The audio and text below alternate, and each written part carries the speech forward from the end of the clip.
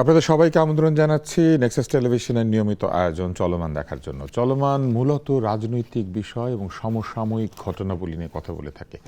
সমসাময়িক ঘটনার মধ্যে কিন্তু অনেক ঘটনা আছে যে ঘটনাগুলি আমাদের চোখ এড়িয়ে যায়। আমরা মনে করি এইগুলি আলোচনার বিষয় না, যেমন সিনেমা, নাটক, কিংবা ধরেন কোথাও একটা খুব চমৎকার মেলা হচ্ছে, অথবা বাংলাদেশের কোনো সৃজনশীল কাজ পুরস্কার পেয়েছে, এইসব নিয়ে আমরা খুব একটা কথা বলি না। আমাদের সারাক্ষণ চিন্তা হচ্ছে আমাদের রাজনীতিবিদরা কি করলেন, ভুল করলেন না ঠিক করলেন, জিনিসপত্রের দাম বাড়লো নাকি কমলো। কিন্তু মানুষের দাম এবং সংস্কৃতির দাম কমে যাচ্ছে, এবং এই যে কমে যাওয়ার একটা যুগের মধ্যে এমন একজন মানুষকে তুলে নিয়ে একটা সিনেমা হয়েছে যিনি প্রায় বিস্মৃত। এই কথা বললে অবশ্য আজকে একজন অতিথি অন্তত মানবেন না, তাকে আমরা ডেকেছি, তার সঙ্গে আরও দুজন। চলুন আমরা পরিচিত হই তাদের সঙ্গে। তবে তার আগে জানিয়ে দিই, আমাদের এই অনুষ্ঠানটি যদি আপনারা ইউটিউব এবং ফেসবুকে দেখতে চান তাহলে দেখতে পারবেন। ইউটিউবে আমাদের ঠিকানা নেক্সাস টেলিভিশন লাইভ, আর ফেসবুকে দেখতে পাবেন নেক্সাস টেলিভিশনের ভেরিফাইড পেজে। এবং আমাদের আজকের অনুষ্ঠানের শিরোনাম হচ্ছে চলমান চিত্র সমান সমান চলচ্চিত্র, এবং আমাদের অতিথি আছেন মাসুদ হাসান উজ্জ্বল, তিনি একজন চলচ্চিত্র পরিচালক। আছেন মাসুমা রহমান নাবিলা, তার অনেকগুলি পরিচয় আছে, কিন্তু এখন সে অনেক বেশি অভিনয় করে, অভিনয় শিল্পী এবং অনেক ভালো উপস্থাপক। ভালো হয়েছে উপস্থাপনা ছেড়ে দিচ্ছে।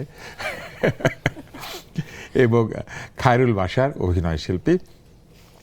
আমরা প্রশ্ন শুরু করি উজ্জ্বল আপনাকে দিয়ে। আপনি একটা ছবি বানিয়েছেন, তার নাম হচ্ছে বনলতা সেন, এবং কিছুদিন আগে আরেকটা বনলতার ছবি এসেছিল, তার নাম বনলতা এক্সপ্রেস। এমন ঘটছে কিনা যে বনলতার নামে অনেক অনেক ছবি তৈরি হবে আমরা জানি না, কিন্তু খুব কাছাকাছি সময় দুটো ছবি এসেছে এবং আপনার ছবিটা খুবই আলোচিত হচ্ছে। কারণ হচ্ছে এই ছবির যিনি মূল চরিত্র তিনি আমাদের খুবই প্রিয় একজন মানুষ, শ্রদ্ধেয় মানুষ, আমাদের কবিতার জগতের নক্ষত্র, তিনি হচ্ছেন জীবনানন্দ। এবং তিনি যে ধরনের কবিতা লিখেছেন সেই কবিতাগুলি তার সময় মানুষ বুঝতে কষ্ট হতো, এখনও তার কবিতার নতুন নতুন অর্থ বের হয়ে আসে। আপনার চলচ্চিত্র কি তাকে কোনো নতুনভাবে আবিষ্কার করেছে? আপনি কেন তাকে নিয়ে ছবি করলেন? একজন শিল্পী হিসাবে বা চলচ্চিত্র নির্মাতা হিসাবে আমি অধরা বস্তুর প্রতি আকর্ষিত হই, সবসময় আকর্ষণ বোধ করি, যেটা ধরা যায় না, মানে টাচ করা যায় না, অনুভব করা যায়। এখন এটা এত খুব এক্সাইটিং একটা বিষয় যখন আপনি শুধু অনুভবের একটা জিনিসকে রক্ত মাংসে দেখতে চান, যে কারণে বনলতা সেনের সাবটেক্সট হচ্ছে ফ্লেশ অফ পোয়েট্রি, হ্যাঁ, যে রক্ত মাংসে কবিতাকে দেখা। এরকম একটা ইন্টেনশন ফুলফিল করার জন্যে বা ডিজায়ার ফুলফিল করার জন্যে বাংলা ভাষার কবিদের মধ্যে জীবনানন্দ দাশ আমার কাছে মনে হয় সর্বোচ্চ, যে তাকে বা তার কোনো কবিতাকে আশ্রয় করলে ওরকম একটা জার্নি করা যেতে পারে।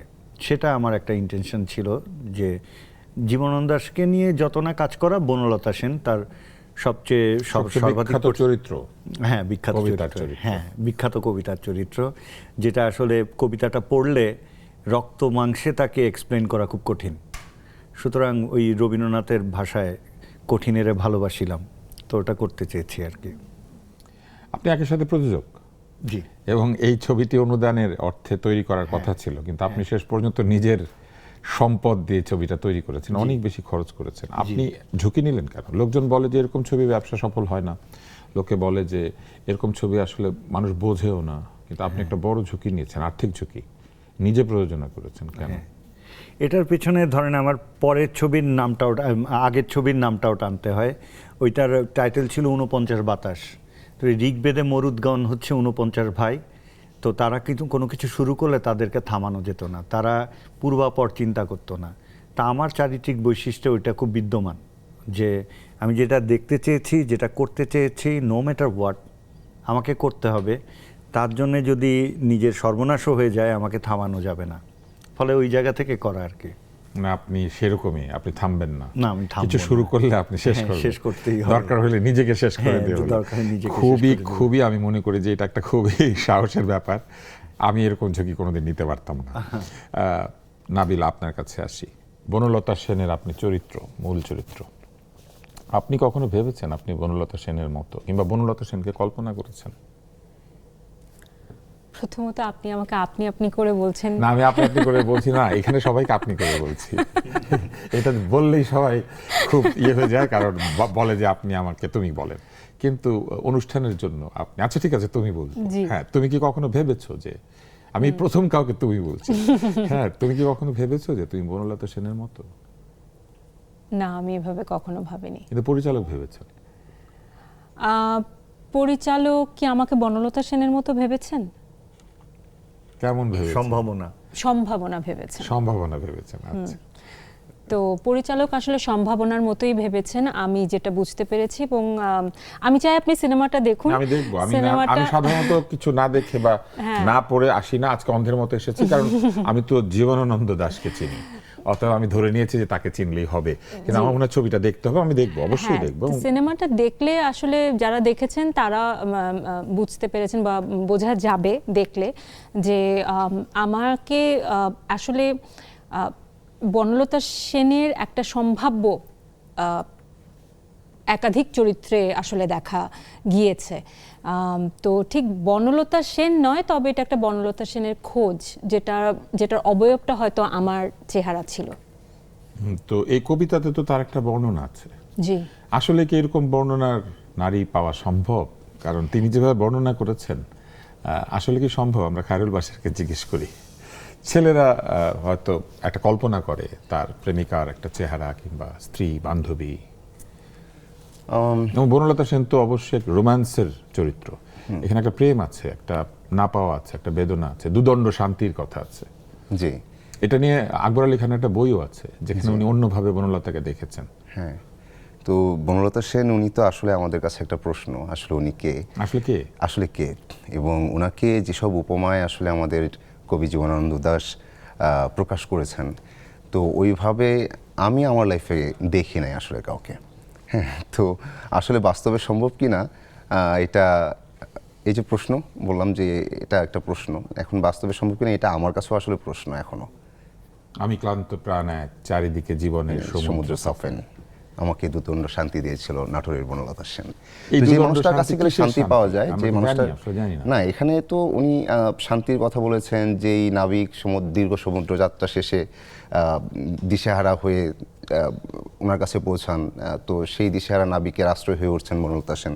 তো এরকম নানা রকম ইয়েতে তো আমার কাছে মনে হয় যে মানুষটা বা যে বিষয়টা, যে ব্যাপারের মধ্য দিয়ে মানুষ নিজেকে একটা পর্যায়ে গিয়ে নিজেকে শান্তিতে আছি মনে করে, সেটা তার কাছে আসলে এমন একটা আশ্রয় বা তার কাছে একটা রূপ করতে বনলতা সেনের মতো। আমরা ছবিটার নামের একটা অর্থ খুঁজে বের করার চেষ্টা করেছি। এইবার আমরা অন্য প্রসঙ্গে যাই। ছবি তো একটা বিনিয়োগ, একটা বাণিজ্য। অনেকেই বলেন যে এই যে বাণিজ্যিক ছবি এবং এক ধরনের সৃজনশীল ছবি কিংবা ভিন্ন ধারার ছবি, এইভাবে ছবিকে আলাদা করেন। যদিও আমি এটার খুবই বিরোধী। আমার কাছে মনে হয় যে এটা ঠিক না। ছবি তো ছবি, আমার ভালো লাগলে আমি দেখবো, এবং সেখানে আলাদা করে বাণিজ্য, আলাদা করে মানে বাণিজ্য না অন্য কিছু, সোশ্যাল বিজনেসের মতো। ছবি কি আসলে বাণিজ্যের জন্যই তৈরি করতে হবে, নাকি শিল্পের জন্য শিল্প সেটা তৈরি করলেও হবে? এটা নিয়ে তো অনেক ধরনের চর্চা আছে গোটা বিশ্বে। আমার নিজের চর্চা বা আমার নিজের আন্ডারস্ট্যান্ডিং হচ্ছে, আমি পার্টিকুলারলি যদি বাংলাদেশ নিয়ে কথা বলি, তাহলে আমরা আসলে ব্যবসাটাই বুঝি না। আমরা ফিল্মের ব্যবসা বুঝি না। না, ব্যবসা দীর্ঘমেয়াদের হয়। দীর্ঘমেয়াদের ব্যবসা যদি, আজকেও আমি একটা জায়গায় একটা ইন্টারভিউতে বললাম যে দীর্ঘমেয়াদী ব্যবসা বোঝে ইউরোপিয়ানরা। আপনি লুভ মিউজিয়ামে যান, আপনি মোমাতে যান, প্রতিদিন মিলিয়ন মিলিয়ন ডলার ব্যবসা হচ্ছে, কিন্তু 15 সেঞ্চুরিতে আঁকা ছবি, কিন্তু সারা পৃথিবী থেকে লুট করে নিয়ে যাওয়া জিনিসপত্র আছে। হ্যাঁ, সেটাও আছে, কিন্তু ধরেন সেটা ওইখানে, ওটা তো ইতালির। হ্যাঁ, লুট করে নিক আর জানিক। আমি বলছি যে এই শিল্পকর্মগুলো যদি তৈরি না হতো, তাহলে এই যে শত শত বর্ষ ধরে যে আপনি ব্যবসার কথাই বলেন, আপনি শিল্পে হাজার বছর ধরে, যেমন এই যে আমাদের তাজমহল, জীবনানন্দ দাশ 500 টাকা অগ্রিম চাইতে গিয়েছিল আনন্দবাজার পত্রিকার অফিসে, এবং তারা 7টা কবিতা নিয়ে, যে কবিতা রাখেন আমাকে 500 টাকা দেন, আমার খুব টাকার দরকার। তো আনন্দবাজার পত্রিকার ম্যানেজার বলেছিল, আমরা এরকম অগ্রিম টাকা দিই না, আর এত কবিতা দিয়ে কি করব, আপনি একটা দিয়ে যান, ছাপা হলে ওটার টাকা পাবেন। সেই জীবনানন্দ দাশকে নিয়ে এখন 2026 সালে এসে 2 কোটি টাকা ব্যয় করে ছবি তৈরি হচ্ছে। ফলে উপলক্ষ কিন্তু সেই জীবনানন্দ দাশই, তার সেই কবিতাই বনলতা সেন। এই সেদিনে একজন লিখলেন, আমি জানি যে এটা 30-এর দশকে যখন প্রকাশিত হয় তখন 5 লাখ কপি বিক্রি হয়েছিল, বাংলাদেশের সর্বাধিক পঠিত কবিতা বাংলা ভাষায়। আর এখন ধরেন এই এআই প্ল্যাটফর্মগুলো বলছে যে সব মিলিয়ে এটা 20 লাখ ছাপা হয়েছে পাইরেটেড এবং একদম আইনসিদ্ধ ছাপায়, তাহলে দীর্ঘমেয়াদে ব্যবসা করলো হচ্ছে ব্যবসার স্বাদ না পাওয়া লোকটা জীবনানন্দ দাশ। ফলে আমাদের দেশে সমস্যা হচ্ছে যে এই দীর্ঘদিন মিডিয়াতে কাজ করার কারণে আমার মাঝে মাঝে পয়সাওয়ালা লোকদের সাথে দেখা হয়। দেখা হলে আমি তাদেরকে খুব কৌতূহলী জিজ্ঞেস করি যে আপনারা আসলে কয় জেনারেশন ব্যবসা করতে চান। তো আপনাদের তো শিল্পে বিনিয়োগ নেই, আর্টে বিনিয়োগ নেই, এটা তো শুধু জেনারেশনকে সার্ভ করবে না, প্লাস আপনার একটা লেগেসিও তৈরি হবে, এটা নিয়ে আপনারা কেন ভাবেন না? ফলে আমরা জাতিগতভাবে একটু অনভিজাত, আমরা আমাদের সংস্কৃতি কোনো দৃঢ় ভিত্তি ছিল। ফকির লালন শাহী যে দেশে জন্মায় তাদের সংস্কৃতি তো দুর্বল হওয়ার কথা ছিল না, কিন্তু দুর্বল আমরা বানালাম কারণ আমরা রাজনৈতিকভাবে বিভক্ত ছিলাম সব সময়।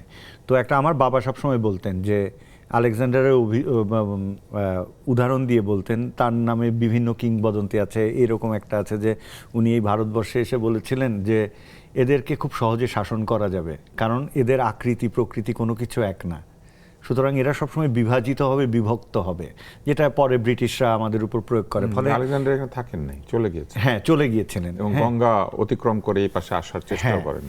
তো মানে কতটাই অনুপযুক্ত মনে করেছে আমাদেরকে। হ্যাঁ, ফলে আমরা আসলে সংস্কৃতির দিক থেকে দুর্বল হয়েছি, দুর্বল ছিলাম না, কিন্তু আমরা উর্বর সংস্কৃতিতে জন্মগ্রহণ করে সেই অপরিণামদর্শী জাতি যারা দুর্বল হয়েছে এবং দুর্বলতাকে সমর্থন করে। ফলে এই জায়গায় যখন শিল্পী হিসাবে আমি কাঠগড়ায় দাঁড়াই যে আমি ব্যবসা দিতে পারছি কিনা, তখন মনে হয় যে আমি মনে হয় মোড়ে টোরে ব্যবসা দিতে পারবো আর কি, সেটা হয়তো দিতে পারবো, যেমন জীবনানন্দ দাশ পেরেছে। সেই লং টার্ম বিনিয়োগ। হ্যাঁ, লং টার্ম বিনিয়োগ। নাবিলা, তোমার কাছে আসি। বাণিজ্যিক ছবি করেছে, আয়নাবাজি, সিরিয়াস বাণিজ্যিক ছবি, চমৎকার ছবি, আমি খুব মজা পেয়েছি। তারপরে আমি অন্য বাণিজ্যিক ছবি দেখেছি তোমার, আর এটা একেবারে একটা অন্যরকম ছবি। এই দুই রকম ছবির মধ্যে তফাৎ আছে কোনো? কাজ করতে গেলে তফাৎ পাওয়া যায়? আমি না আয়নাবাজি করার সময়, হ্যাঁ, তুফানের ক্ষেত্রে এটা আউট অ্যান্ড আউট একটা বাণিজ্যিক ছবি ছিল, কিন্তু আয়নাবাজির সময় আসলে ওভাবে প্রথম যেহেতু কাজ ছিল ওভাবে ভেবেচিন্তে যে বাণিজ্যিক নাকি অবাণিজ্যিক সেভাবে চিন্তা করিনি। ইনফ্যাক্ট আমাদের সিনেমাকে ওই সময় কেউ বাণিজ্যিক ধারার সিনেমা বলছিলও না। এটা অন্য ভিন্ন কথা। যখন পরিচালক যেহেতু অনেক ধরনের আর্টিস্টিক কাজ করতেন, ধরে নিয়েছিল যে এটা ওরকম ছবি হবে না, ছবিটা ওরকম ছিল, কিন্তু ছবিটা ওরকম ছিল, সুন্দর ছিল। এবং আমার কাছে মনে হয় যে একটা কমার্শিয়াল সিনেমার নাচ গান কিংবা ফাইট ছাড়া বাকি সব এলিমেন্ট ছিল, যদি মানে এমন পরেরটাতে আবার নাচ গান ফাইটও ছিল। হ্যাঁ, তো আসলে কমার্শিয়াল সিনেমার এই যে আমরা একটা ছকে বেঁধে দিই যে নাচ গান আর ফাইট হলে কমার্শিয়াল সিনেমা, সেটা আমি বিশ্বাস করি না। যে every film is a commercial film, কারণ এভরিথিং ইজ কমার্স। হ্যাঁ, এই জিনিসটা আমাদের দেশে হয় না, এই জন্য আমি প্রশ্নটা করেছি। আর অভিনয় তো অভিনয়, যে চরিত্র আসবে সেটাই আমি অভিনয় করব। তবে বনলতা সেনের ক্ষেত্রে বলবো যে বনলতা সেন, আমরা কমার্শিয়াল ফিল্ম বলতে যা ভেবে থাকি সেটা নয়, তবে তারপরও আমরা এটাকে কমার্শিয়াল ফিল্ম এ কারণে বলছি যেহেতু কমার্স ইনভলভ। আপনি প্রযোজনার কথা বলছিলেন এবং অবশ্যই উজ্জ্বল ভাই চাইবেন, আমি মনে করি যে উনি চাইবেন যে টাকা যেটা লোক টিকিট দেখবো, যিনি পুঁজি লগ্নি করেছেন তার পুঁজিটা ফেরত আসবে, তিনি আরেকটা ছবি তৈরি করবেন।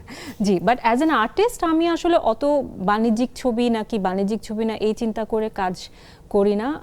আমাদের সবসময় একটা লোভ থাকে যে সব রকম কাজের সঙ্গে নিজেকে সম্পৃক্ত করা এবং নিজেকে ভাঙা সবচেয়ে বড় কথা। এই ছবিতে কতটুকু হয়েছে সেটা আমি চেষ্টা করেছি। যারা দেখবে তারা বলতে পারবে, আমরা আশা করছি দর্শক আপনারা ছবিটা হলে গিয়ে দেখবেন। আমি কিন্তু ছবির প্রচারণা করছি না, যে কোনো ছবি হলে গিয়ে দেখতে হয়। টেলিভিশনে ছবি দেখতে চাওয়া, ওটিটিতে ছবি দেখতে চাওয়া, এটা ঠিক ছবি দেখা হয় না। আপনি একটা স্ক্রিন আপনার ইচ্ছা মতো 24 ইঞ্চি, 36 ইঞ্চি, 42 ইঞ্চি, 92 ইঞ্চি বানাচ্ছেন, কিন্তু ছবির যে বিরাট মাপের সেটা তো আর ঘরের মধ্যে সম্ভব হয় না। এবং সবাই মিলে ছবি দেখা, তাই না, সেটা একটা আনন্দ আছে। আমরা ছোটবেলায় অনেক সেই আনন্দ পেতাম, ইদানিং সেটা হয় না। মানুষজন এত মানে পুরো বংশসহ ছবি দেখতে যায় না, কিন্তু আমরা সেরকম যেতাম। আমরা যখন ছোট ছিলাম দেখা যেত খালার পরিবার, আমাদের পরিবার, এরকম অনেকগুলি পরিবার একসাথে হয়ে আমরা 10-20টা কাজিন, এবং কোনো কাজিন আবার আরেক কাজিনের কোলে, সেইভাবে চলে যেত এবং ছবি দেখতো। সেই রকম তো নাই এখন আর ছবির বিষয়টা। ছবি অনেক বেশি আমার কাছে মনে হয় ব্যক্তিগত হয়ে গিয়েছে। অল্প অল্প মানুষ যায়, একসাথে অনেক লোকজন কম যায়। জীবনানন্দর এই ছবি, যে ছবির মধ্যে বনলতা আছেন এবং আরও চরিত্ররা আছেন, এবং এটার মধ্যে একটা কবিতা আছে। খায়রুল বাশার নিজেকে কি মনে হয়েছে কখনো যে আপনার মাথার মধ্যে কবিতা, হ্যাঁ, বোধ খেলা করে? হ্যাঁ, এটা কবিতাটা আমার পড়েছেন মনে তো আপনি, হয় না? যে মাথার মাঝে এক ধরনের স্বপ্ন নয়, আকাঙ্ক্ষা নয়, হ্যাঁ, এক ধরনের স্বপ্ন বোধ নয়, খেলা করে। আকাঙ্ক্ষা নয়। হ্যাঁ, এটা আমার মনে হয় যে এক ধরনের বোধ খেলা করে, আর ওই বোধ খেলা করে বলেই মনে হয় আমি এই চরিত্রটা করতে গিয়ে অনেক বেশি আগ্রহী ছিলাম এবং নিজেকে সৌভাগ্যবান কিভাবে মনে প্রস্তুতি করি। নিলেন? এটার প্রস্তুতি ছিল অনেকটাই মানসিক ছিল। তারপরে আমরা রিহার্সাল করলাম 3 মাস, সেখানে প্রস্তুতি ছিল। ভাই যেভাবে দেখতে চাচ্ছেন সেটা আমাদের বুঝিয়ে দিলেন। এক ধরনের ধারণা ছিল আমার, আসলে ঠিক ক্লিয়ার ধারণা না, বাট ওনার জীবনানন্দ দাশ ওনার কবিতা পড়ে ওনারকে নিয়ে এক ধরনের চিন্তা হতো যে কোন অবস্থানে থেকে কোন পরিস্থিতিতে একজন এই ধরনের তার মানে ব্যাখ্যা দিতে জীবনটা পারে। সম্পর্কে জানতে হয়েছে, হ্যাঁ, তার জীবনের যে কাহিনী, একই সাথে তার কবিতা পড়তে হয়েছে, কবিতা কবিতা বুঝতে হয়েছে। জি, তার মানে একটা চর্চাটা আগে সাহিত্যের ছিল। ক্লাস পুরা। জি, মানে হ্যাঁ, একটা সেই সাহিত্যের চর্চাটা ক্লাস। আমার আগে ছিল। সেটার সাথে রিলেট হলো যেটা, যে ওনার একদম জীবনযাপনটা আমার জানা খুব ছিল না। সেটা আমি আমার নির্মাতা মাসুদ হাসান উজ্জ্বল ভাইয়ের কাছ থেকে জানলাম, এবং কখন কি ঘটলো, কখন কোন কবিতা আসছে, এবং তখন ওনার আসলে আর্থিক সামাজিক অবস্থা কি। হ্যাঁ, তো এই বিষয়গুলো জেনে বুঝে তারপর এক ধরনের নিজের নানা ঘটনার সাথে রিলেট করা, নিজের চিন্তার সাথে রিলেট করা, এবং ওনাকে নিয়ে যে আমার ভাবনা, সেইটার এক ধরনের সামঞ্জস্যতা তৈরি হওয়ার পরে আসলে একটু কনফিডেন্ট হওয়া যে ওকে, চেষ্টা করা যায়, এবং আমি তো চেষ্টা করতে চাই অভিনেতা হিসাবে। আমরা এখানে এসে একটা বিরতি নিচ্ছি, এবং বিরতির পরে এসে আমরা কথা বলবো। আমরা আসলে একটা ছবি নিয়ে শুধু কথা বলছি না, আমরা এই ছবির পেছনের যে বিষয় সেটি নিয়েও কথা বলবো। আমরা ছবির কিন্তু রাজনীতি আছে, অর্থনীতি আছে, সংস্কৃতি আছে, ছবির একটা দীর্ঘমেয়াদী প্রভাব আছে আমাদের সমাজে, এবং চলচ্চিত্র হচ্ছে এরকম একটা মাধ্যম যে মাধ্যম আসলে ফুরিয়ে যায় না। আমরা 100 বছর আগের চলচ্চিত্র কিন্তু আমরা খুঁজে বের করে দেখি, সাদা কালো ছবি দেখি, আমরা নির্বাক ছবি দেখি, আমরা বড় বড় চিত্র পরিচালকদের ছবি দেখি, আমরা অভিনেতা অভিনেত্রীদের ছবি দেখি। এমনকি ছবির জন্য আলাদা জাদুঘর আছে। পৃথিবীতে এমন শহর আছে যেখানে চলচ্চিত্র তারকাদের ভাস্কর্য আছে। আমরা কি আসলে খুব সংস্কৃতবান জাতি? আমরা কি আসলে এরকম একটা জাতি তৈরি করতে পেরেছি? এরকম অনেক প্রশ্ন আছে। বিরতির পরে আমরা সেই প্রশ্নের জবাব খুঁজব। বিরতি শেষ হয়েছে, আমরা ফিরে এলাম চলমানে। আমরা কথা বলছি চলচ্চিত্র নিয়ে, এবং একটি বিশেষ চলচ্চিত্র নিয়ে কথা বলছি, কারণ এই চলচ্চিত্রের যে থিম বা যে চিন্তা, যে ভাবনা, তার সঙ্গে আমাদের খুব প্রিয় একজন কবি জড়িয়ে আছেন, জীবনানন্দ দাশ। বাংলার মুখ আমি দেখিয়াছি, তাই আমি পৃথিবীর রূপ খুঁজিতে যাই না। এই যে উনি বাংলাদেশকে এত সুন্দর করে 2টা লাইনে বলে দিয়েছেন যে বাংলাদেশ দেখার পর আর পৃথিবী দেখার প্রয়োজন অনুভব করেন না তিনি। হ্যাঁ, কিন্তু আমরা দেখি যে এরকম চলচ্চিত্রের বেলায় কিন্তু ঘটনাটা এরকম ঘটে না। ভালো ভালো চলচ্চিত্র আমাদের এখানে হল পায় না, আমাদের এইখানে ভালো হলও নাই। আবার দেখা যায় যে একসঙ্গে অনেক ছবি রিলিজ হয়। ইদানিং একটা চল শুরু হয়েছে যেন শুধু ঈদেই মানুষ ছবি দেখবে, আর দেখবে না। এই যে এইবার মনে হয় 9টা ছবি আছে ঈদুল আজহাতে। তো এটা কি ক্ষতিকর না? বা চলচ্চিত্রের বাণিজ্যটা আসলে কারা নিয়ন্ত্রণ করে? এটা হচ্ছে কি, যেমন জীবনানন্দ দাশকে দিয়েই আমি আসি। আমি কিছুদিন আগে আমার একটা ফেসবুক পোস্টে লিখেছিলাম যে আমরা যখন এই পুঁজি নিয়ে যারা কাজ করে তাদের সঙ্গে যখন বসি, তাদের আচরণে মনে হয় যে আমরা ব্র্যান্ডিং বুঝি না, হ্যাঁ, কিছু বুঝি না। তো সেখানে আমি লিখেছিলাম যে জীবনানন্দ দাশ এক রূপসী বাংলা বলে যত বড় কান্ট্রি ব্র্যান্ডিং করে গেলেন, এরপর তো এত টাকা অর্থবিত্ত নিয়ে কোনো কর্পোরেটরা এত বড় কান্ট্রি ব্র্যান্ডিং করতে পারেনি। তার মানে আমাদের কবুল করতে হবে যে আমরা যখন সেলস অ্যান্ড মার্কেটিং নিয়ে লেখাপড়া করি, আমরা এটা ক্রিয়েটিভ ওয়েতে করি না, আমরা আসলে চাকরি করার জন্য করি। ফলে সেলস অ্যান্ড মার্কেটিং নিয়ে যদি প্রপারলি কাজ করতাম, তাহলে এই প্রশ্নটা, মানে ক্রিয়েটিভ ওয়েতে যদি কাজ করতাম, আমাদের যদি ইনোভেশন থাকতো, তাহলে আজকে এই প্রশ্নটা আসতো না যে সব ছবি কেন ঈদে, কেন ভালো ছবিগুলো জায়গা পায় না। কারণ হচ্ছে যখনই আপনার মাথাটা হবে গদবাঁধা যে এই করলে এই আউটকাম আসে, তখন হবে কি আপনি কখনোই নতুন জিনিস এক্সপ্লোর করতে পারবেন না। যে স্টিভ জবস বলেছিলেন যে তিনি যখন ড্রপড আউট হন, তখন তার পকেটে $300 মতো ছিল, এবং সে দেখলো এক জায়গায় ক্যালিগ্রাফির ক্লাস হচ্ছে, এবং সে জানেও না এই ক্যালিগ্রাফি শিখে সে কী করবে। কিন্তু সে তার শুধু since he felt so fascinated ওই ক্যালিগ্রাফির কোর্সের দেখে, তখন উনি ওই কোর্সটা করেন, এবং পরে উনি দাবি করেন যে এই ক্যালিগ্রাফির কোর্সটাই অ্যাপেলকে এতখানি কি ইউনিক বানালো, কারণ অ্যাপেলের ক্যালিগ্রাফির সাথে কারো মেলে না, এবং রসিকতা করে বলেছিলেন ফন্ট আলাদা। হ্যাঁ, তাদের ফন্ট আলাদা, সব আলাদা। ফলে এটা যদি উনি গদবাঁধা মার্কেটিংয়ের জায়গা থেকে দেখতেন, বা যখন তিনি মার্কেটিংটা সরেজমিনে বোঝার জন্য ভারতবর্ষে আসলেন এবং তার ওই বিখ্যাত উক্তিটি দিলেন যে মানুষ জানে না সে কি চায়, তো আপনাকে একটা মার্কেটিয়ার হিসাবে আগে জানতে হবে মানুষ জানে না সে কি চায়, এই আত্মবিশ্বাসটা থাকতে হবে, কারণ মানুষকে চাইতে বাধ্য করবেন আপনি। ফলে আপনি যদি মনেই করেন যে স্থূল বিষয়বস্তু ছাড়া বাণিজ্য হয় না, অগভীর বিষয় ছাড়া বাণিজ্য হয় না, তাহলে দুটো ক্ষতি হচ্ছে। এক হচ্ছে আপনি আপনার সন্তানের কাছে নিরাপদ হচ্ছেন না, কারণ আপনি জেনারেশন তৈরির দায়িত্ব নিচ্ছেন না। আর দ্বিতীয়ত হচ্ছে যে বাণিজ্যকে আপনি ঝুঁকিতে ফেলছেন, কারণ আপনার বাণিজ্যে ইনোভেশন নাই। ফলে এই দুটো করার কারণে চলচ্চিত্র বাণিজ্যের সাথে যারা জড়িত তারা, উইথ ডিউ রেসপেক্ট আমি বলতে চাই যে তারা এটাকে বাজারে অন্য প্রচলিত পণ্যের সাথে গুলিয়ে ফেলে, ফলে ওভাবে এই ব্যবসাটাও কিন্তু নিশ্চিত হচ্ছে না। যে কারণে এক ঈদ উপলক্ষ, কারণ মানুষেরও অনীহার ব্যাপার আছে, আমাদের যে জনজীবন বিশেষ করে ঢাকা কেন্দ্রিক, সেখানে আসলে মানুষ খুব, ঈদে ঢাকার অর্ধেক লোকজন বের হয়ে যায়, হ্যাঁ, কিন্তু সেই সময় আমরা 9টা ছবি রিলিজ করি, হ্যাঁ, তাই না? যে কোনো ঈদে কিন্তু ঢাকার অর্ধেকের বেশি লোকজন বের হয়ে যায়, এবং ঢাকার সিনে প্রেসগুলোতে তখন আমরা 8টা-9টা ছবি রিলিজ করে দিই, তো অর্ধেক লোক তো ঢাকাতেই নাই, ছবি তারা দেখবে 10 দিন 15 দিন ছুটি কাটিয়ে এসে, মানে পুরো ব্যাপারটাই কোনো ডিসিপ্লিন নেই। আর দ্বিতীয়ত হচ্ছে এই দেশে যখনই যিনি শাসনে আসেন তিনি সবচেয়ে উপেক্ষা করেন হচ্ছে শিল্প মাধ্যমগুলোকে, বিশেষ করে সবচেয়ে উপেক্ষিত হচ্ছে চলচ্চিত্র। ফলে এইবার তো আমরা দেখলাম মাননীয় প্রধানমন্ত্রী ছবি দেখতে পছন্দ করেন, সিনেমা দেখেন। হ্যাঁ, এটা খুব আশার কথা, কিন্তু উনি এবার কোরবানি ঈদে এসে একটা বাংলা ছবি দেখে ফেললেই পারতেন। মানে আমরা তাকে আমন্ত্রণ জানাই, হ্যাঁ, এটা আমরা দাওয়াত করতে পারি এই অনুষ্ঠানের মাধ্যমে, জানান, আমরা জানাই, হ্যাঁ, আমরা জানাতে পারি যে বনলতা সেন দেখা তো ওনার দায়িত্বের মধ্যেই পড়ে, কারণ প্রথমত এটা সরকারি অনুদানের ছবি, আর দ্বিতীয়ত হচ্ছে একেবারেই শিল্প সংস্কৃতি ঘেঁষা ছবি, যেটা বাংলাদেশের কবি, এবং যেটা একজন প্রধানমন্ত্রীর ব্যক্তিত্বের সাথে খুব যায় আর কি, যে হ্যাঁ আমরা শিল্প সংস্কৃতি নিয়ে একটা কাজ হয়েছে, এবং জীবনানন্দ দাশের 127তম জন্মদিন গেছে এবছর।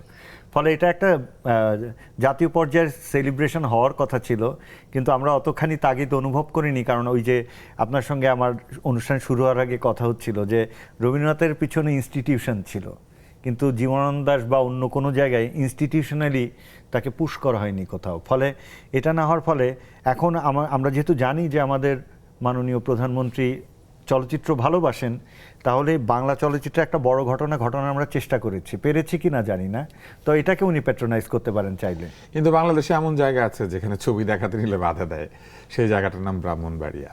সেখানে এই ছবিটা না, কিন্তু বনলতা আছে, সেরকম একটা ছবি দেখানোর চেষ্টা করা হয়েছিল এবং তারা বাধা দিয়েছেন, বলেছেন না এসব হবে না। তো এটা কেমন মনে হয় একজন শিল্পী হিসেবে, এই যে শিল্প চর্চা যারা করেন তারা মানুষের জন্য করেন, যেমন কবিতা তো তিনি বেছে লেখেন নাই, যখন কবিতা লিখেছেন জীবনানন্দ, তো ঠিক একইভাবে যিনি চলচ্চিত্র বানান তিনি তার বাছাই করে বানান না যে এই ছবিটা ওর জন্য, ওই ছবিটা এর জন্য।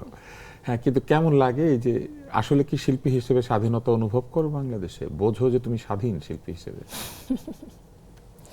এরকম যখন ঘটনা ঘটে তখন তো অবশ্যই স্বাধীন মনে হয় না, স্বাধীন মনে হয় না শিল্পী হিসেবে আমি বলছি, কারণ যারাই চলচ্চিত্র নির্মাণ করছেন, বনলতা এক্সপ্রেসের কথাই যদি বলি, আমার তো মনে হয় যে কোথাও না কোথাও যারা এই চলচ্চিত্রটা বানিয়েছেন তারাও কিছুক্ষণের জন্য হলে মনে হতে পারে যে আমরা কি তাহলে পরাধীন কিনা, সাময়িক হয়তো একটা তাদের, কারণ একটা দেশে আমরা জুলাই আন্দোলনের সময় শুনেছিলাম সাংস্কৃতিক স্বাধীনতা, একটা স্তম্ভ আছে আমরা দেখেছি ঢাকাতেই আছে যেখানে লেখা আছে সাংস্কৃতিক স্বাধীনতা। তো সাংস্কৃতিক স্বাধীনতা কি হলো এটা যে যখন বন্ধ করে দিল একটা ছবির প্রদর্শনী? বুঝলাম না। আর আমি বনলতা এক্সপ্রেস দেখেছিও, আমি কোনো কারণ আসলে খুঁজে পাইনি, মানে একটা কারণ যদি কারণ থাকতে হবে যে এই ফিল্মের কোনো একটা কারণ রয়েছে যেটা তাদের যুক্তির সাথে বা তাদের দর্শনের সাথে। আমি অসুবিধা নাই শব্দ পেলেই হবে। তো তাদের যুক্তির সাথে কিংবা তাদের দর্শনকে হয়তো কোথাও না কোথাও বাধা দিচ্ছে। আমি সেরকম কিছুই যুক্তি খুঁজে পাইনি। তো সেক্ষেত্রে এটা খুবই কষ্টের, মানে আমাদের চলচ্চিত্রে অনেক কিছু এরকম ঘটে। আমার কাছে মনে হয় পাইরেসিও যদি আমি একটা বলি, এটাও এক রকমের ডাকাতি বা চুরি। সেটাও যখন ঘটে সেই চুরি তো বন্ধ হয় না, সে চুরি, হ্যাঁ, হঠাৎ হঠাৎ চুরি হয়ে যায়, আমাদের টকশো চুরি হয়ে যায়, কেটে কেটে সবাই ইচ্ছা মতো যার যার লোগো টোগো দিয়ে চালু করে দেয়। আমাদের দেশে মনে হয় এটা নিয়ে ফেলাটা বেশ সহজ। নিয়ে ফেলাটা খুব সহজ, ছিনিয়ে নেয়া, বন্ধ করে দেয়া, লুটপাট, এটা এটা আসলে সহজ, এটা দুঃখজনকও। কিন্তু শিল্পী হিসেবে তো আরো এক ধরনের স্বাধীনতা মানুষ আশা করে খায়রুল বাশা, সেটা হচ্ছে যে কোনো চরিত্র অভিনয় করা। আমরা দেখি যে আমাদের শিল্পীদের পোশাক নিয়ে প্রশ্ন উঠে, সংলাপ নিয়ে প্রশ্ন উঠে, চেহারা নিয়ে প্রশ্ন উঠে, তা এটা কিভাবে চিত হয়েছে, কিভাবে কাত হয়েছে, সেগুলো নিয়েও প্রশ্ন ওঠে। এবং একটা খুব কঠিন জায়গা তৈরি হয়েছে, সেটা হচ্ছে সামাজিক যোগাযোগ মাধ্যম। সেখানে আমরা দেখি যে একেবারে ছোট ছোট ক্ষুদ্র বিষয়, একজন ব্যক্তির অপছন্দ, তিনিও এমনভাবে কথা বলেন যে মনে হয় যে একটা ভয়ঙ্কর অপরাধ করে ফেলেছে শিল্পীরা। কিন্তু অন্যান্য দেশে তো শিল্পীরা অনেক ঝুঁকি নেন, যে কোনো চরিত্র করতে পারেন, যে কোনো ধরনের অভিনয় তারা স্বাচ্ছন্দ্য অনুভব করেন, অথবা তারা সমাজ থেকে বাধা পাবেন এটা চিন্তা করেন না। কখনো কি আপনারও মনে হয়েছে যে শিল্পী হিসেবে আপনার এক ধরনের সীমাবদ্ধতা আছে বাংলাদেশে? আমার সীমাবদ্ধতার আগে আসলে বাংলাদেশের সীমাবদ্ধতা আছে, এটা বলতে হয়। সেই সীমাবদ্ধতার কারণে আমাদের যে কার্যক্রম বা প্রসেস যেটা কাজের, সেই প্রসেসের অনেক সীমাবদ্ধতা। সেই সীমাবদ্ধতার ভিতরে থেকে আমরা সেই সীমাবদ্ধতার বাইরে আসলে যেতে পারি না। আর একটা ব্যাপার যেটা যে আমাদের এখানে প্রচলিত যে হিরো বা নায়ক, নায়িকা, হিরোইন, এরকম এক ধরনের চিন্তা ভাবনা, আমাদের চিন্তা ভাবনা কিন্তু মধ্যে এটা আছে, নায়ক আর নায়িকা, বাকিরা সব। এটা খুব মজার ব্যাপার। সেটার বড় কারণ হচ্ছে যে আমাদের চিন্তা ভাবনা ছোট। আমরা ভালো সিনেমা দেখি না, আমরা ভালো সিনেমার প্রেমী না, ভালো সিনেমা দেখতে চাই না, বা সেই সময় হয়ে ওঠে না। আমাদের জীবনে অনেক অনেক বিশৃঙ্খলা, আমাদের সমাজে অনেক বিশৃঙ্খলা, দেশে অনেক বিশৃঙ্খলা, এবং এসবের ভিতরে থেকে আমরা ভালো কিছু চর্চা করব সে আগ্রহ মনে হয় খুব একটা থাকে না। এবং আমাদের সবসময় আসলে পেট বাঁচানোর একটা চিন্তা থাকে, পিঠ বাঁচানোর একটা চিন্তা থাকে। এই দুই চিন্তা নিয়ে আসলে আমাদের চলতে হচ্ছে। তো এর মধ্যে যে কাউকে সুন্দরের চর্চা করতে হবে এই তাগিদ আসবে, সেটা আসে না। আর একটা হচ্ছে যেটা বলতে যাচ্ছিলাম যে নায়ক নায়িকা, হিরো হিরোইন যে একটা বিষয়, সেখানে আমরা মনেই করি যে একজন হিরোকে মানে সুন্দর হতে হতে একটা মোমের পুতুল হয়ে যেতে হবে, এবং একজন হিরোইনকে সুন্দর হতে হতে, তো সেই সুন্দরের ব্যাখ্যাটা তাদের কাছে এমন যে সে হবে ফর্সা, তার নাকটা হবে খাড়া, তার মানে ব্লা ব্লা ব্লা এরকম টাইপের। তো তাহলে মানে এমন মানুষ তো অনেক আমাদের আশপাশে, তাহলে অভিনেতা তো কেউ হয়ে উঠছেন না, অনেকেই হয়ে উঠছেন না।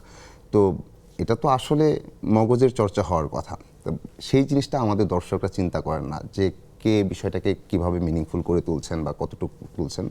তারা আমাদের দর্শকরা ওই স্থূল বিষয় দেখতে দেখতে, হিরো হওয়াটা একটা চ্যালেঞ্জের ব্যাপার। মানে আগে শরীর, স্বাস্থ্য, মাসেল, লম্বা, খাড়া নাক, সেটা হতে হবে। তারপর তাকে একজন পবিত্র মানুষ হতে হবে। তা তো অবশ্যই উনি ডানে চলবেন না, বায়ে চলবেন না, উনি সোজা চলবেন, সেটাও আমার দর্শক নির্ধারণ করে দিবে।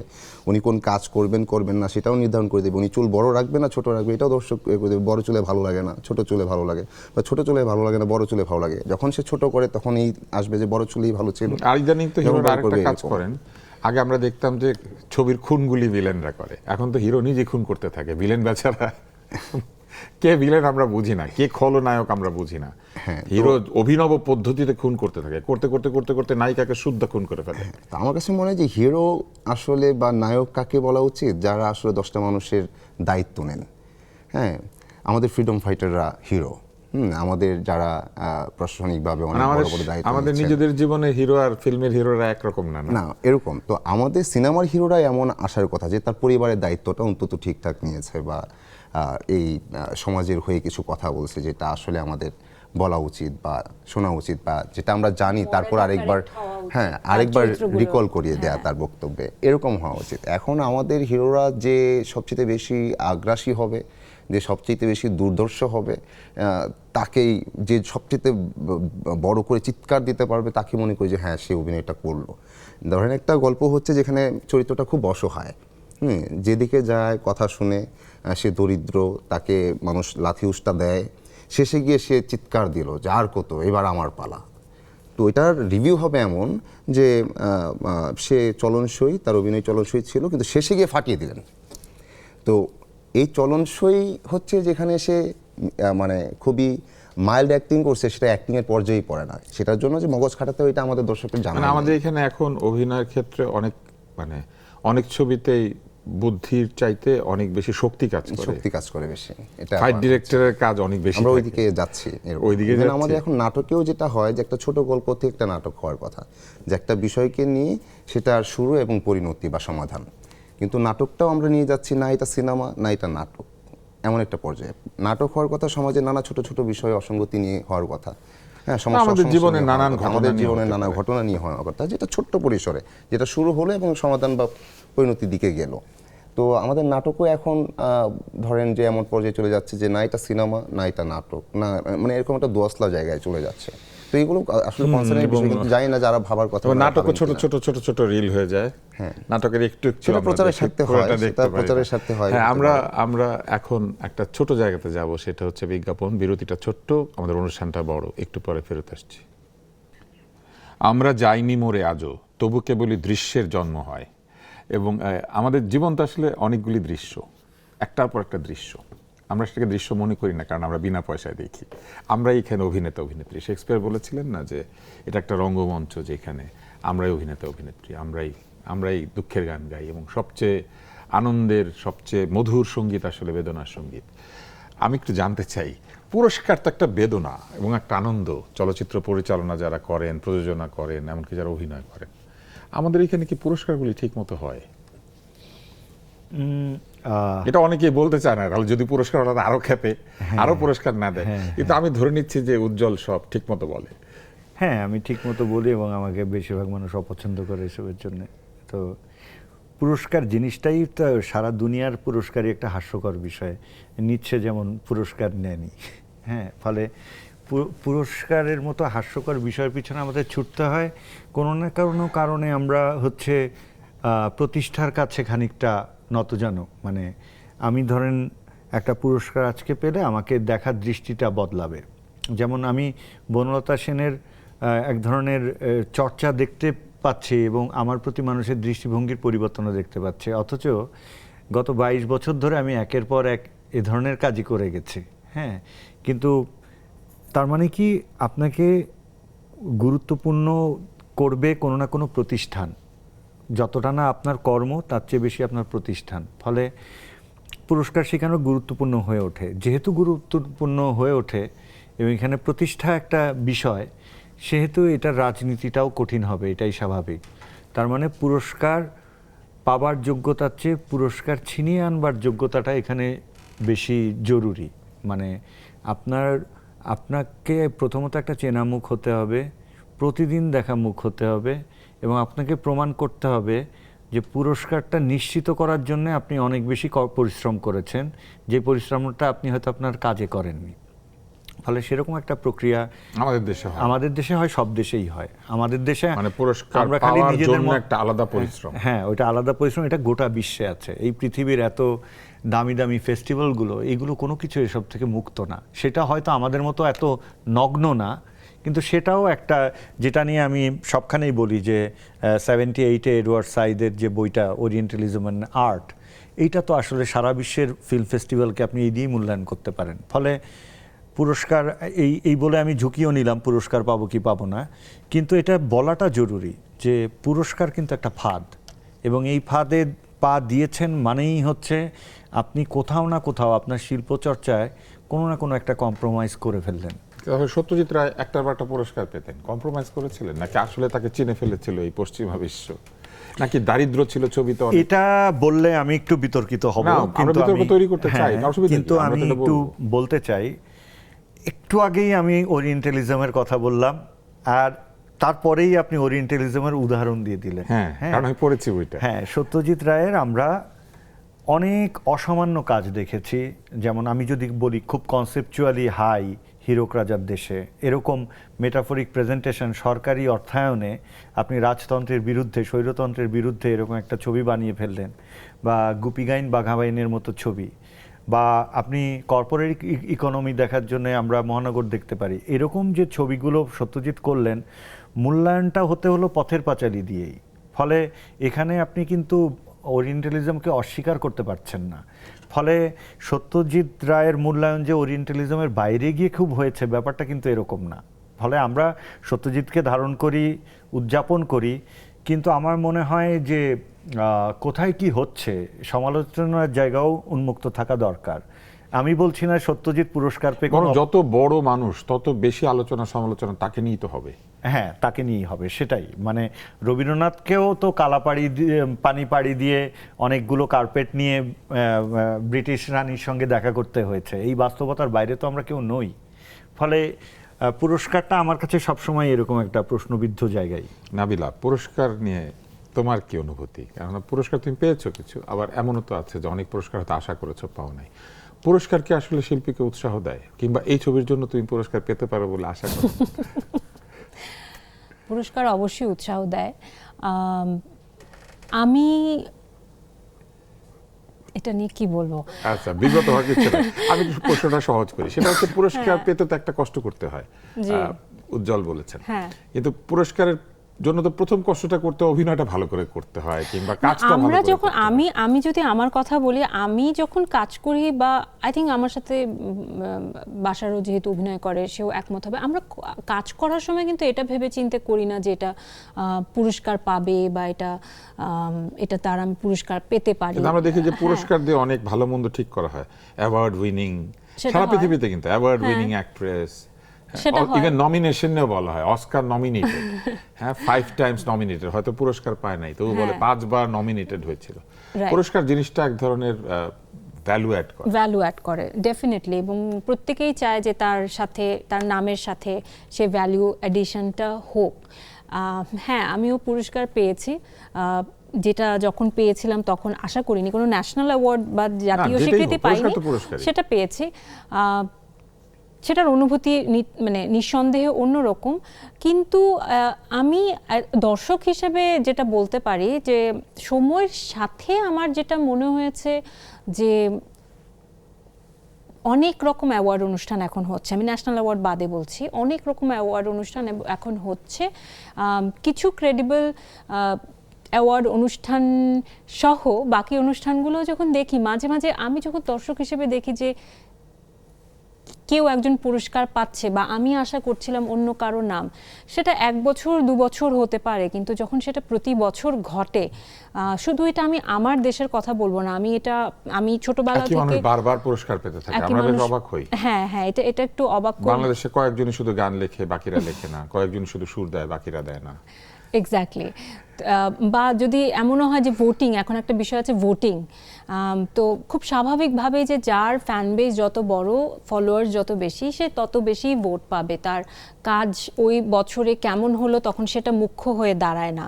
তো আমার কাছে মাঝে মাঝে মনে হয় যে এই নিয়মে একটা, এই যে বললেন একই মুখ বারবার পাচ্ছে, সেটা অন্যদের তো নিরুৎসাহ করে। আবার মানে আমি বলবো যে এই নিয়মটাতে যদি একটা চেঞ্জ আনা যায়, যে ভোটিংটা পুরস্কারের গণতন্ত্রায়ন জরুরি, এবং পুরস্কারের মানদণ্ড ঠিক করা খুব দরকার, যে 50% ভোটিং থাকলো, 50% জুরি থাকলো। এবং শুধু আমার দেশে না, আমি এটা ফিল্মফেয়ারেও খেয়াল করেছি, আমাদের পাশের দেশে, ন্যাশনাল অ্যাওয়ার্ডের কথা বলছি না, পাশের দেশে ফিল্মফেয়ারেও আমি দেখছি গত 10-12 বছর ধরে তাদের পুরস্কারও কিন্তু বেশ কর্পোরেট দুনিয়া পুরস্কারকে অনেক সময় নিয়ন্ত্রণ করে, যাকে তারা ব্র্যান্ড অ্যাম্বাসেডর ঠিক করেছে তাকে পুরস্কারটা পাইয়ে দিতে চায়। যে নাচ গান করছে, এমনও কথা আসে যে যিনি ওই অনুষ্ঠানে সেদিন নাচ গান করছেন তিনি পুরস্কারটা পেয়ে যান। নানান রকম সমীকরণ আছে। খায়রুল বাশার, যদিও আমার সাথে এরকম কখনো কিছু হয়নি, আমি যত জায়গায় পুরস্কার পেয়েছি, আমি গিয়েছি, পুরস্কার নিয়েছি, চলে আসেছি, না আমি উপস্থাপনা করেছি, নাচ গান তো করিনি। খায়রুল বাশা, আপনার কাছে আসি। পুরস্কার নিয়ে আমরা কথা বলছিলাম, পুরস্কার নিয়ে কথা বলবো না, আমরা কথা বলবো অন্য একটা বিষয় নিয়ে। একজন অভিনেতা নিজেকে প্রস্তুত করে, তো আপনি ধীরে ধীরে আমরা দেখেছি নাটকের ভেতর দিয়ে আপনি নিজেকে তৈরি করছেন, এবং আরো নতুন নতুন চরিত্র করছেন, আপনার অভিনয় প্রশংসিত হচ্ছে। নিজেকে তৈরি করার জন্য আপনি আসলে কি করেন? এইটার জন্য আপনি তো বলেছেন পড়াশোনা করেছেন, এই ছবিতে আপনি বোঝার চেষ্টা করেছেন জীবনানন্দে, কিন্তু ছবিটা করার পরে কি আপনার মনে হচ্ছে সত্যি সত্যি পেরেছেন? ছবিটা প্রিভিউ দেখার আগ পর্যন্ত অনেক সংশয় ছিল, অনেক ভয় ছিল আমার, যে কেমন কি করে আসলাম। এটা প্রত্যেকটা প্রজেক্টের ক্ষেত্রেই থাকে আমার। ব্যাপক ভয় হয়, মানে পরীক্ষার মতো মনে হয়। ভয় হলে কি করেন? ভয় হলে অন্তত ওই দর্শক অপেক্ষা করি, শিক্ষক যে ভয় পেলে কি করতে হয়? অপেক্ষা করি যে কবে রিলিজ পাবে, মাথায় যন্ত্রণা চলতে থাকে আর কি। তো দেখার পর অনেক সময় মনে হয় যে কিছু কাজ তো বুঝি যে ক্ষেত্রে হয় যে নাটক করার ক্ষেত্রে আমাদের সময় সীমাবদ্ধতা থাকে। হয়তো সেই নাটকটার জন্য যে ধরনের লোকেশন দরকার, আর্টের কাজ যেমন হওয়া দরকার, তো রিয়েলিস্টিক ঠিক না। তো ওই আনবিলিভেবল একটা জায়গায় বিলিভেবল অ্যাক্টিং করা খুব টাফ। তো সিনেমায় সেই সুযোগটা পাওয়া যায়, ওটিটির কাজগুলোতে সেটা মোটামুটি একটা পরিবেশ পাওয়া যায়। তো ওই যেটা যন্ত্রণা হতে থাকে এখানে কি সেটা হয়েছে? এক্ষেত্রে আমার ভয় ছিল, কারণ আমরা দীর্ঘদিন শ্যুট করলাম, সেক্ষেত্রে আমি কি ক্যারেক্টারটার ফ্লোতে ছিলাম কিনা। কারণ বিচ্ছিন্নভাবে আগে পরে অনেক সিন করা, তাও আমরা অনেক দিন গ্যাপ নিয়েও শ্যুটে যাওয়া, কারণ আর্টের প্রস্তুতির দরকার ছিল, লোকেশনটার দরকার ছিল। তো এই ধরনের ভয় ছিল। তো প্রিভিউ দেখার পর যেটা হলো যে মনে হয়েছে যে হ্যাঁ, মানে মেনে নেওয়া যায়, উতরে গেলাম হয়তো, এটা আমার বিবেচনায়। আমি আমার সব কাজ নিয়ে আসলে ছবি নিয়ে এখন একটা খুব সুন্দর শব্দ, এখন তো ছবির অনেক নতুন নতুন শব্দ এসেছে, তার মধ্যে একটা হচ্ছে স্পয়লার। ছবির কাহিনী বলে দিলে নাকি স্পয়েলড হয়ে যায় দর্শকের সমস্ত আনন্দ, এবং তাতে ছবিরও ক্ষতি হয়, দর্শকের যে বিস্ময় আনন্দ থাকে না। আমরা স্পয়লার জানতে চাই না, কিন্তু এই ছবির কোন একটা জায়গা আছে যে জায়গাটা দেখার জন্য দর্শকের যাওয়া উচিত? 1-2 লাইনে। এই সিনেমাটা পুরোটাই দেখার জন্য যাওয়া উচিত, এবং দেখতে পুরোটা না দেখে কোন একটা জায়গা আছে যেটা খায়রুল বাসার মনে হচ্ছে আহ কি অভিনয় করলাম? না, এরকম না। আমি পুরোটাই চেষ্টা ছিল আমার যে কটা সিকোয়েন্স ছিল, এবং আমার এই চেষ্টা ছিল এটাও, বা মন থেকে খুব চাচ্ছিলাম যে আমাদের প্রজেক্টটা ঠিকঠাক হোক, এবং এটা যে কোনো প্রজেক্ট করতে যাই আমার এটাই থাকে। প্রজেক্ট যদি ঠিকঠাক দাঁড়ায়, সিনেমাটা যদি ঠিকঠাক হয়ে ওঠে, গল্পটা ঠিকঠাক হয়, সেটার বেনিফিট আমরা সবাই পাই আর্টিস্ট হিসেবে। তো কোন একটা আলাদা জায়গা, আলাদা পুরো পুরো ছবিটা সিনেমাটাই দেখতে হবে, মন দিয়ে পুরোটা দেখতে দেখলে হবে। পরে তাকে মন দিয়ে দেখলে বোঝা যাবে। আমি অনেক চেষ্টা করলাম একটা করে জায়গা বের করতে, হলো না। কিন্তু একটা জায়গা নির্দিষ্ট থাকে অনুষ্ঠানে, সেটা হচ্ছে বিজ্ঞাপন বিরতি। বিরতির পর ফিরে আসছি। বিরতি শেষ হয়েছে, ফিরে এলাম চলমানে, এবং আমরা কথা বলছিলাম চলচ্চিত্র নিয়ে, এবং একটা বিশেষ চলচ্চিত্রের সঙ্গে জড়িত 3 জন মানুষ আজকে আমাদের এই আলোচনায় আছেন। অভিনেতা আছেন, অভিনেত্রী আছেন, এবং পরিচালক এবং প্রযোজক আছেন। আমাদের একটা প্রতিষ্ঠান আছে বাংলাদেশে, ফিল্ম ডেভেলপমেন্ট কর্পোরেশন, এবং সেখানে তাদের অনেক উন্নয়ন করার কথা চলচ্চিত্রে। তারা আসলে কি করে?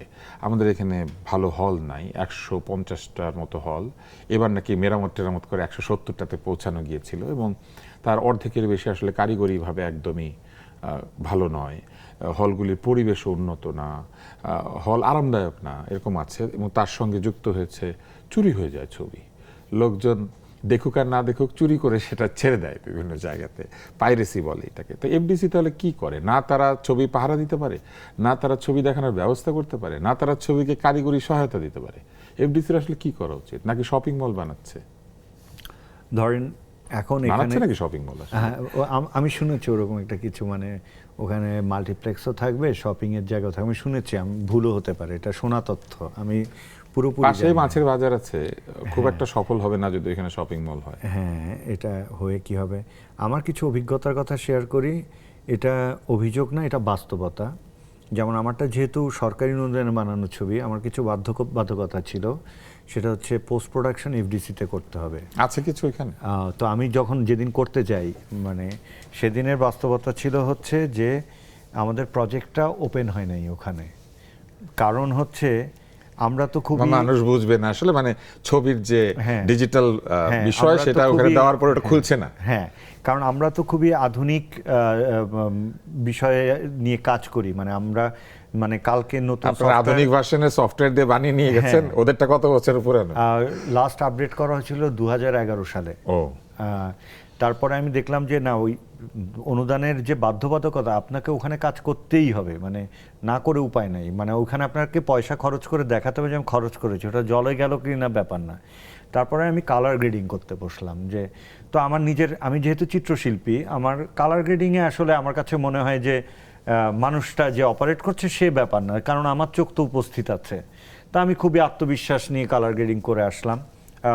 কালার গ্রেডিংয়ের সফটওয়্যারও ঠিকঠাক ওখানে করলাম। করে টোরে যখন এসে আমরা আমাদের অফিসে দেখছি যে এটা কি দেখলাম, মানে আমি আমার নিজের চোখ দিয়ে এটা কি গ্রেডিং করে নিয়ে আসলাম। পরের দিন আমি গেলাম ওখানে, যিনি কাজ করেছিলেন আমার সঙ্গে, তাকে জিজ্ঞেস করলাম যে আপনাদের এই মনিটরগুলো কি ক্যালিব্রেটেড? বলে না। তো আমি বলি ক্যালিব্রেশন ছাড়া কিভাবে, এবং আমাদের দেশের প্রধান প্রতিষ্ঠান এটা, এবং আমরা শুটিং করি 8K-তে, আর ওখানে কালার গ্রেডিংয়ের প্রজেকশন হচ্ছে HD, ইভেন 2K-ও না। তাহলে কিভাবে আপনি ওই রেজাল্টটা পাবেন যেটা আপনি পর্দায় দেখবেন? এবং এই প্রতিষ্ঠানগুলো সরকার করে কি, আমি প্রাইভেট সেক্টরেও আপনাকে উদাহরণ দিতে পারি। আমাদের চলচ্চিত্র নিয়ে অনেক ভুলভাল হয় আর কি। আমাদের দেশের একটা প্রাইভেট প্রতিষ্ঠান যারা মূলত শিল্পকে পেট্রোনাইজ করে বেশ অগ্রগণ্য, তারা অনেক ভালো ভালো কাজ করেছেন। ওনারা যখন সিনেমা নিয়ে কাজ করতে গেল, যেই একই নাম সরকারি দপ্তরে দেখি, সেই একই নাম প্রাইভেট সেক্টরে। ফলে কি হচ্ছে, আপনার যোগ্য মানুষ প্রথমত ছ্যাচড়া হয় না। যোগ্য মানুষ আপনার পিছে পিছে দৌড়াবে না, আসলে আপনাকে সার করবে না। তাকে আপনার একটু সম্মান দিয়ে ডেকে বলতে হবে যে এই কাজগুলো করে দেন। আমি নিজে বারংবার ওখানে বলেছি যে আমি ফ্রি অফ কস্ট, কোনো কনসালটেন্সি সার্ভিস দেওয়া লাগবে না, আমাকে কোনো সার্ভিস চার্জ দেওয়া লাগবে না।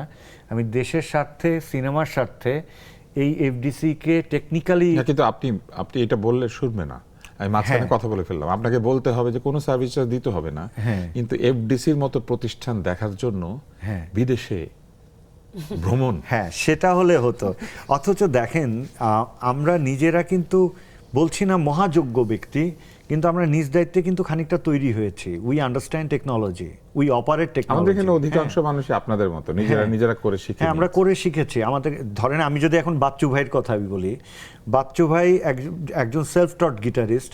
উনি ইয়ানি মালমস্টিন পর্যায়ের মিউজিশিয়ান। উনি কিভাবে হলেন? তা এই প্রতিভাকে আপনাকে স্বীকৃতি দিতে হবে। আমাদের এখানে অধিকাংশই স্বশিক্ষিত প্রতিভা, তার সক্ষমতা তো সে দিতে চাচ্ছে। তারপরে আপনি বললেন, তারপরে হয়নি কাজটা, না হয়নি। এবং আমাদের কিন্তু ভালো অঙ্কের টাকা গভর্নমেন্ট প্রায় লোক ওখানে বরাদ্দ করেন, কিন্তু আমরা আসলে জানি না এই টাকার ব্যবহারটাকে। আমি একবার শুনেছিলাম, আই মাইট বি রং, যে 87,000 কোটি টাকা বা এরকম 87 কোটি টাকা একবার এফডিসি ফেরত দিয়েছে, কারণ এটা স্পেসিফিকেশন দিতে পারেনি যে আমি কোন খাতে এটা ব্যয় করব। তো ফলে এই জায়গাগুলো তো পরিবর্তন না হলে আমাদের চলচ্চিত্রের আমি কোনো ভবিষ্যৎ দেখি না আর কি। আমাদের একটা সেন্ট্রাল সার্ভার নাই, আমাদের পাইরেসির বিরুদ্ধে ফাইট করতে হয়। একটা সেন্ট্রাল সার্ভার থাকলে এফডিসি মনিটর করতে পারতো এবং বুঝতে পারতো যে কোথায় পাইরেসিটা হচ্ছে, কোন হলটা বিপজ্জনক, এবং ছবির কোয়ালিটিও মেনটেন করা যেত, যাতে ছবির প্রজেকশন কোয়ালিটি ঠিক থাকে, সব ঠিক থাকে। আসলে পৃথিবীতে প্রযুক্তি আছে, কিন্তু প্রযুক্তির নামে আমাদের এখানে যে ডেভেলপমেন্ট কর্পোরেশন যা করছে, সেটা আসলে আমাদের চলচ্চিত্রের কোনো কাজে লাগছে না। লাগছে না। এবং আপনি কি শেষ পর্যন্ত কি করেছিলেন? আপনি নাম কাওয়াস্তে ভাড়া করে রেখেছিলেন তাদের এডিটিং স্টুডিও? আমি কাজ করেছি, কারণ আমার অসততা পোষায় না। যেহেতু আমি তো মানসিকভাবে মানতে পারবো না যে এখানে আমি অর্থ নষ্ট করার জন্য এসেছি। আমি কাজ করেছি, কাজের যতটা পেরেছেন ওখানে করেছেন। না, কাজের রেজাল্ট ভালো হয়নি, তারপরে আমি এটা কলকাতায় গিয়ে আবার করেছি। তার মানে দ্বিগুণ আপনার সময়ও খরচ হয়েছে, অর্থ খরচ হয়েছে। সময় এবং অর্থ দুটো। আমরা ঈদে এবার যে ছবি মুক্তি পেয়েছে সেগুলো নামগুলো বেশ সুন্দর: রকস্টার, রোইদ, বনলতা সেন, মালিক, পিনিক, অফিসার, তছনছ এবং মাসুদ রানা। পিনিক আর তছনছ এটা হচ্ছে সেই বাংলা ছবির যেটা নাম। পিনিক শব্দের অর্থ কি আমি একটু পরে জিজ্ঞেস করবো খায়রুল বাশারকে।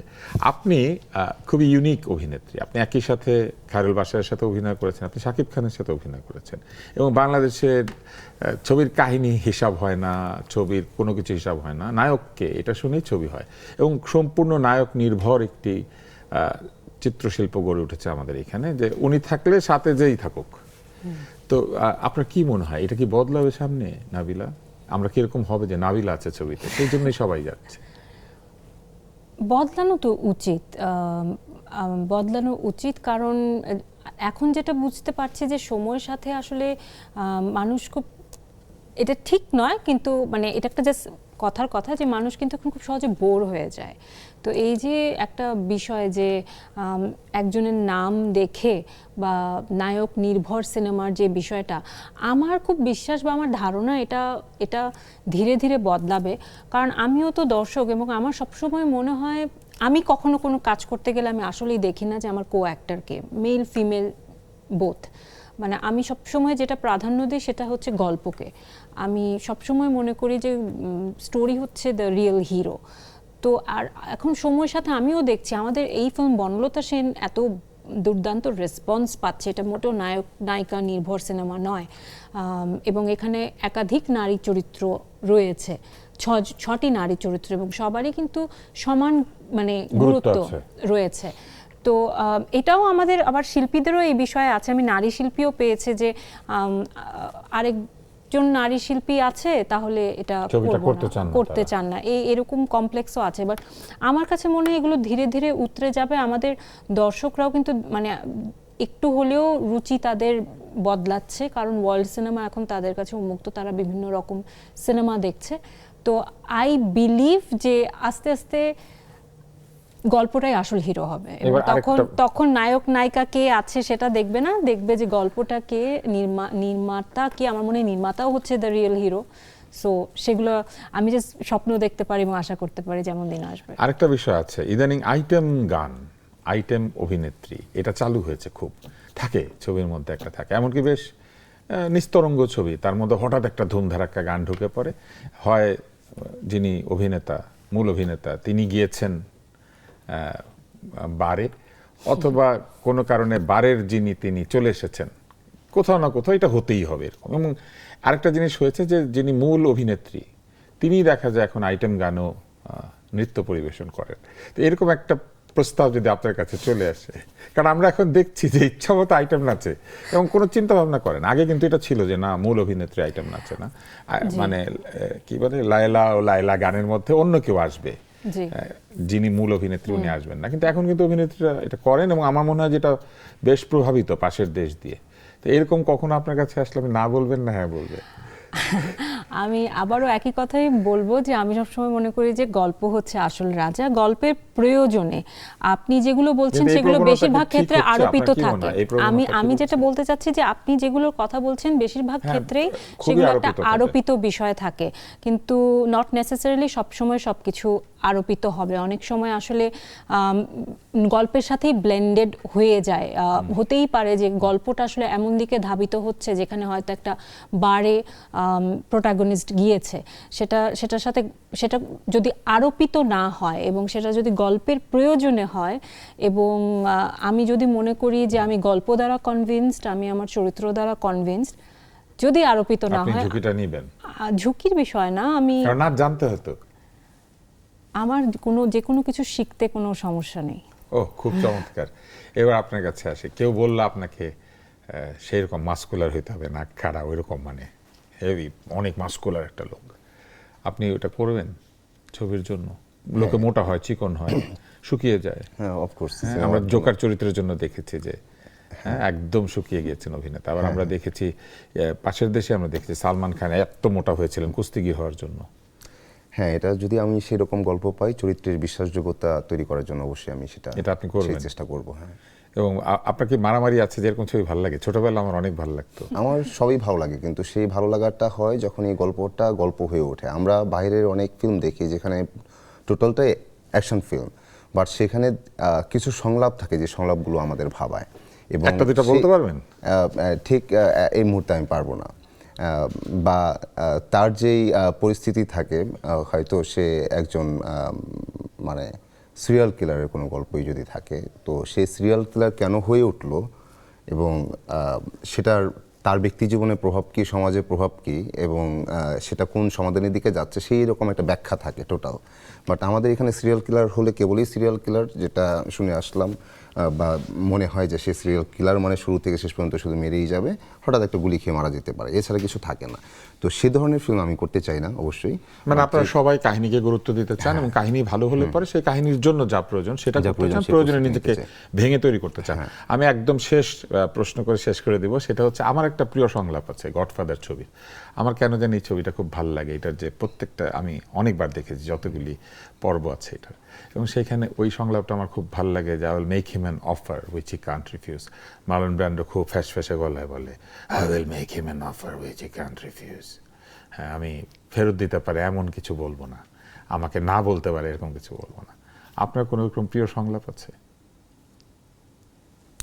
এভাবে করে হঠাৎ নিজের সংলাপ কোনো ছবিতে, কিংবা কারো সংলাপ, কিংবা কোনো কবিতা, কোনো গান, ছবির গান? এই ফিল্মের সংলাপ বলতে পারি। হ্যাঁ, বলেন একটা। কোনটা বলবো? আপনার যে আমি তো সহজ সংলাপটাই বলি, যেটা যেটা দিয়ে আমরা আমাদের আসলে কি বলবো, ওই বনলতা সেনের প্রচারণার জার্নিটা শুরু করেছিলাম। আমরা প্রত্যেকেই যার যার সংলাপ দিয়ে ফেসবুক স্ট্যাটাস দিয়েছিলাম। সেটা আসলে তখন কেউ বুঝতে পারেনি যে কেন দিচ্ছি, তো সেটাই বলতে পারি। সেটা আমাদের এই কবিতার লাইন, এতদিন কোথায় ছিলেন। নাটোরের বনলতা সেন। আপনার কোনো প্রিয় ছবি আছে যে ছবিটা আপনি বারবার দেখেন? অসংখ্য প্রিয় ছবি একটা আছে। দুইটার নাম বলেন, তাহলে দর্শকরা দেখবে, ভালো ছবি হবে।